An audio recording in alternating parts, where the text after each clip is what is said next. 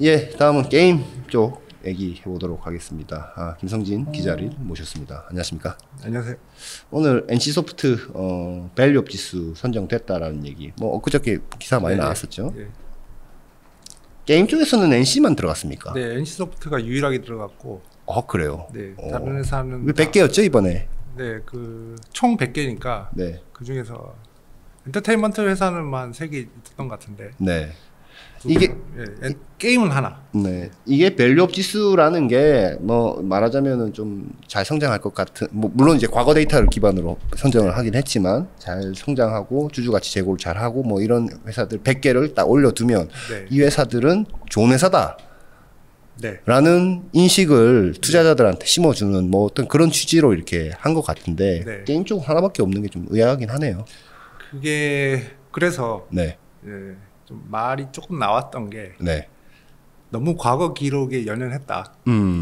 왜냐하면 게임은 흥행 사업이니까. 그렇지. 이 폭 변동성이라고 하잖아요. 네. 이게 다 있거든요. 네. 이제 NC 같은 경우에는 그 변동성이 굉장히 적은 게 특징이에요. 네. 이었죠. 어떻게 보면 과거. 이제 시점이 조금 떨어지고 있으니까. 네. 근데 그 안정적으로 계속 NC소프트가 이제 한국에서는 네. 시장에서 큰 그 장려를 갖고 있으니까 어쨌든 그 지표만 보면 이제 꾸준한 지표가 나왔던 게 사실이고. 네. 그렇게 그 여러 가지 이제 항목이 있지만 그렇게 기준을 놓고 보면은 다른 회사들은 이제 적자도 나고 막 이랬으니까 시총의 문제도 있지만 그러니까 이제 NC만 살아남은 거죠 어떻게 보면은. 그렇군요. 네. 기업의 수익성, 자본 효율성, 주주 환원 정책 같은 다양한 지표를 바탕으로 한 100개를 선정했는데 네. 그게 이제 과거 데이터 위주였다. 그렇죠. 라는 좀 거니까. 이제 흥행 사업이니까 네. 미래를 좀 봐줘야 되는데 네. 그 어떻게 보면 저평가됐으니 이 주식 이 회사가 괜찮다라는 어떤 그 목적이라고 생각했었는데 저는 NC가 저평가됐다는 거 저도 인정해요. 네, 저도 그렇게 생각하기 때문에. 네. 근데 다른 회사는 그럼 아니냐 이렇게 얘기하면 조금. 근데 뭐 사실 그쵸. 그 지표 이게 규칙이라는 걸 만들어 놓고 그 안에 이제 넣다 보니까 이제 NC만 들어간 것 같은데. 네. 어떻게 사실 보면 이제 하나씩 걸러낸 거죠. 소거법이라고 하잖아요. 네. 그쵸. 근데 또 뭐 그렇다고 그 지표에 맞지 않는데 뭐 넣을 수도 없는 거고요. 그런데 네. 예. 그러면 이제 다르게 반대로 보면 다른 게임 회사는 다 별로라는 거죠. 뭐 크래프톤, 넷마블, 뭐 이런 쪽 회사, 이런 다 회사들. 별로냐. 네. 크래프톤 해외에서 엄청난 매출을 네. 한국으로 그 수출 역군에 가깝고, 네. 넷마블은 그 NC보다 시총이 높고, 네. 이런 회사들은 다 제외가 됐는데, 네. 물론 넷마블은 이제 적자의 그 과거가 좀 있으니, 네. 2년 연속 흑자 조건에서 미달되었다. 그 조건에서 미달리죠. 네. 그래서 못 들어간 거고. 네. 근데 크래프톤은 배당 성향, 배당을 크래프톤은 뭐 배당을 거의 안 하고, 자사주 매입하는 형식으로 정책을 펼쳤던 게 네. 조금 걸렸던 것 같고. 자사주 매입해서 소각은 안 했나 보죠? 뭐 정확하게 모르겠습니다. 근데 그 조금 이제 그런 게 조금 있었고, 네. 그리고 자산 규모를 많이 따졌다고 하더라고요. 네. 이거는 이제 겉으로 드러나지 않은 내용은 네. 자산을 갖고 있는 그 규모가 현재 시총하고 비교를 좀 했다고 들었어요. 네. NC는 4조로 거의 같아요. 시총이랑 자산이.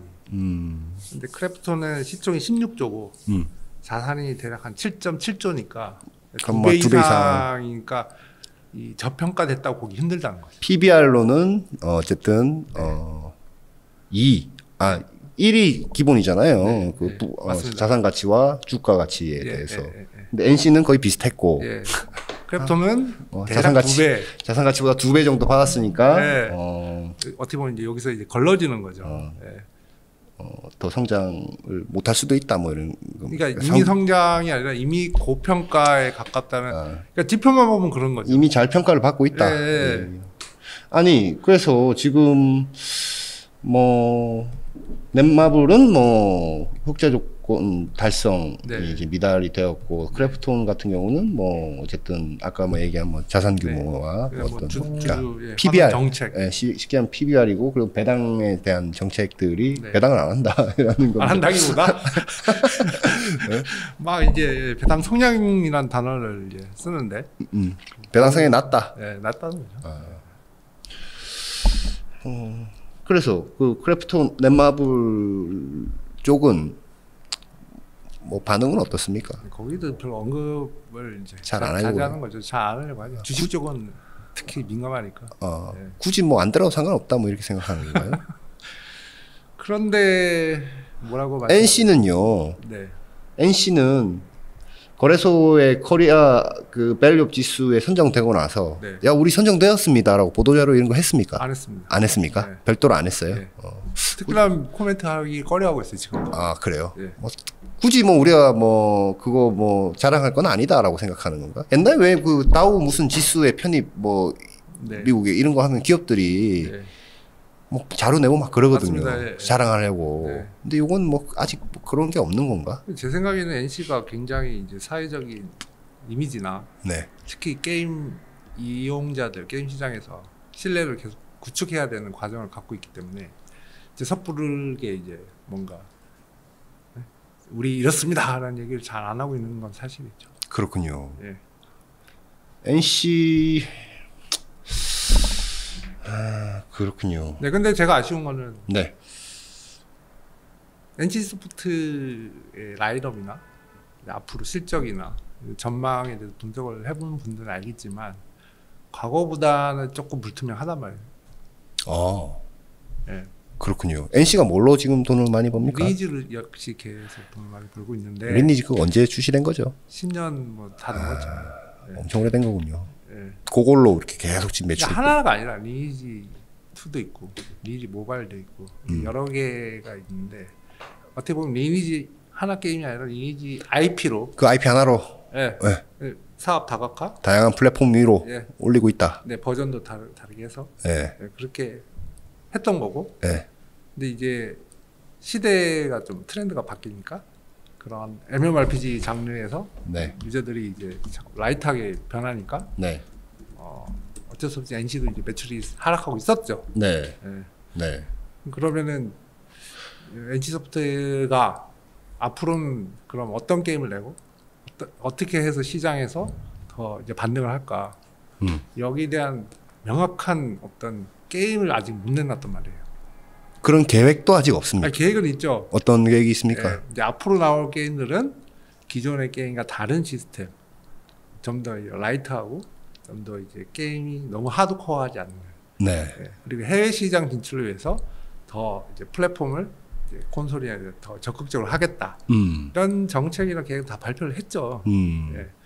그렇게 보면은 다 같은 얘기로 넷마블은 안 그럴 거냐, 크래프톤은 안 그럴 거냐. 근데 미래 성장성으로 만약에 이 지표를 편입을 시켰다면 네. 시비거리가 되게 많았을 것 같다는 생각도 그러니까 결국에는 오히려 더 많았을 것 같다는 생각도 갑자기 드네요. 말씀 듣다 저는 보니까. 모르겠어요. 그러니까 예? 그 정부가 만약에 책임을 져야 되는 상황이 생길 수도 있지 않습니까? 그러니까 아쉬운 거예요. 그걸 책임져야죠. 정부가요? 네. 흥행 사업인데. 무슨 사업이냐고요? 흥행 흥행 사업? 엔터테인먼트 업계는 네. 그러니까 이번에도 JYP는 됐고 하이브는 떨어졌어요. 그 이유는 JYP는 오랜 활동을 했고 여러 성공 사례가 있었고 하이브는 방탄밖에 없지 않냐. 네, 아무리 해외에서 돈 많이 벌어도 네. 이런 논리면은 네. 안 된다는 거죠. 엔터테인먼트는. 이게 그렇구나. 맞다고 생각하세요. 그럼 JYP는 비전이 있고 저평가고 하이브는 고평가인가요? 그러면? 아니. 미래의 성장이 없어요? 아니 그거는 알 수 없죠. 왜냐면 그건 알 수 없지. 그러니까 정부가 어느 정도 감당을 해야죠.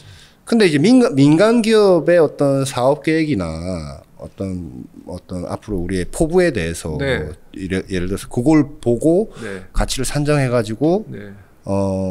지수에 100에 딱 넣었다 했는데 네. 뭐 잘 되면은 다행이지만 안 됐을 경우에 돌아올 수 있는 후폭풍들이 말씀하신 대로 네. 정부가 그걸 책임져야 된다라고 하면은 100% 책임다기보다 그건 어떤 책임을 얘기하는 자기가 너무 100% 책임지는 게 아니라 네. 너무 반영을 안 했다는 거죠.